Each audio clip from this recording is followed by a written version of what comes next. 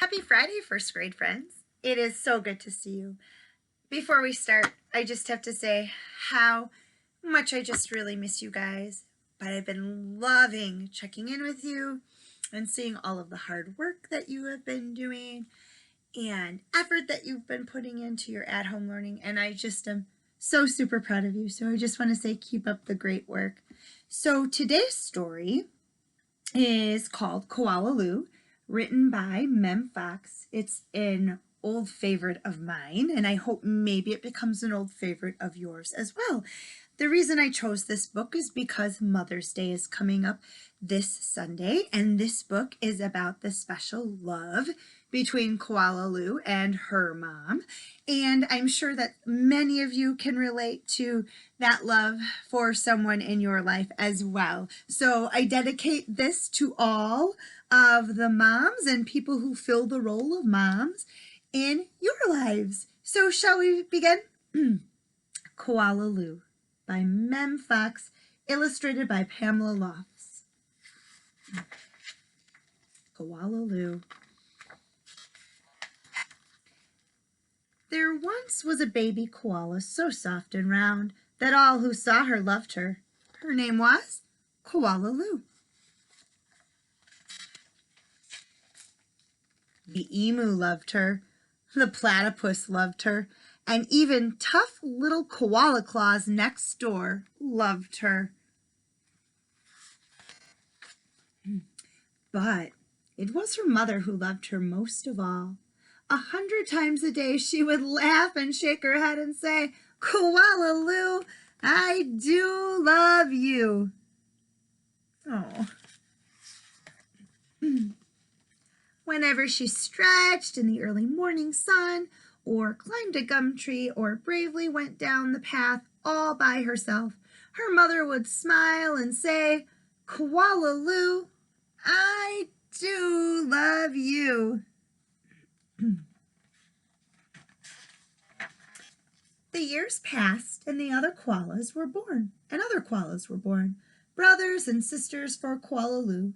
Soon, her mother was so busy she didn't have time to tell Koala Lou that she loved her, although, of course, she did.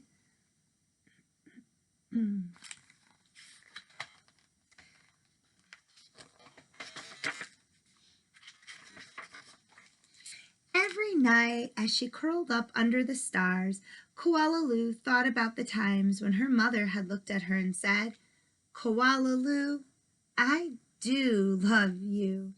And she longed for her to say it again. One night, Koala Lou had a splendid idea.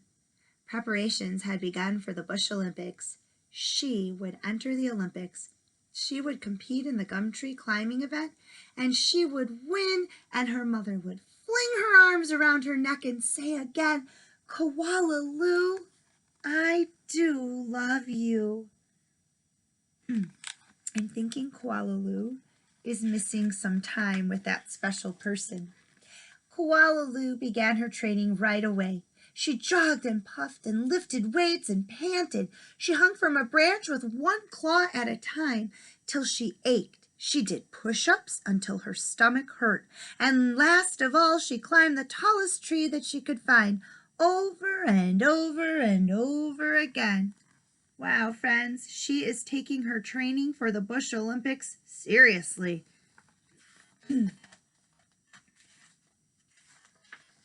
Sometimes her mother would watch her and ask, "How you going, Blossom?" "Fine, just fine," Koala Lou would reply. And there's Koala Lou doing her training way up at the top of the tree. At last, the day of the Bush Olympics arrived. Oh, I have to show you this picture, friends. Look at all those beautiful illustrations. All of the animals ready to watch the Olympics. I wonder how Koala Lou is going to do. It's so exciting. Koala Claus had also entered the gum tree climbing event, and everyone knew how fast she was. But Koala Lou wasn't scared. She saw her mother in the crowd and imagined her saying again and again, "Koala Lou, I do love you."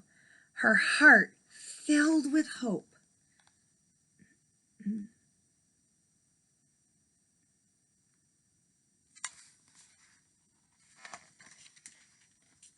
It was Koala Claus who went first.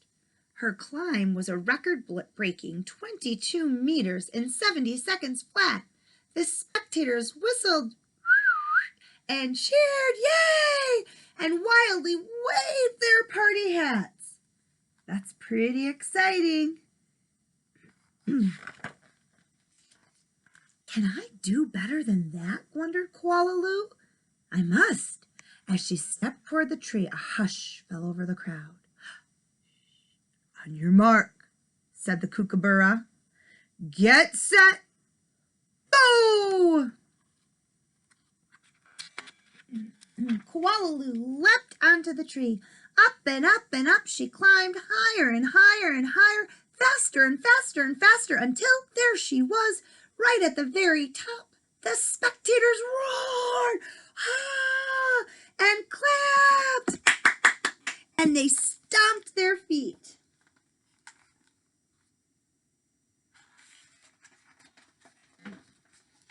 But she wasn't fast enough, in spite of all her training and all her hoping. It was Koala Claus who won the gum tree climbing. Koala Lou came second.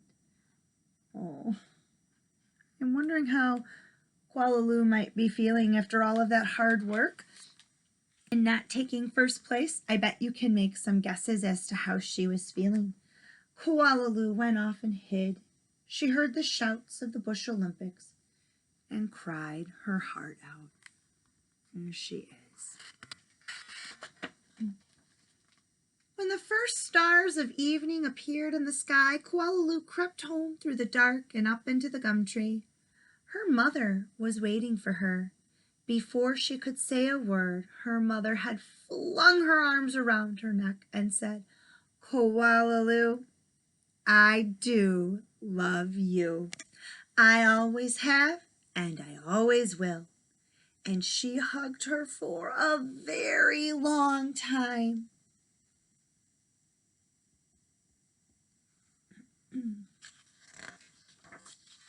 And there's the kookaburra cheering for the end.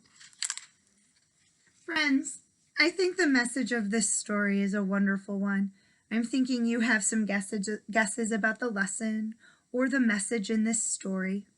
And I'm definitely thinking one of the lessons could be that what matters most in the world is the people who are close to you and that you love dearly. And that even when times are tough or difficult, the people around you that you care for and that care for you can lift each other up and make each other feel better. So today, my bonus challenge is such an easy one. Find the people that you love. Wrap your arms around them just like Koala Lou's mother did and let them know, I love you so, right? It could be your mom, it could be your dad, it could be a brother or sister or somebody who you care for and who cares for you deeply. Friends, I want you to have a wonderful, wonderful day, and we will read together soon.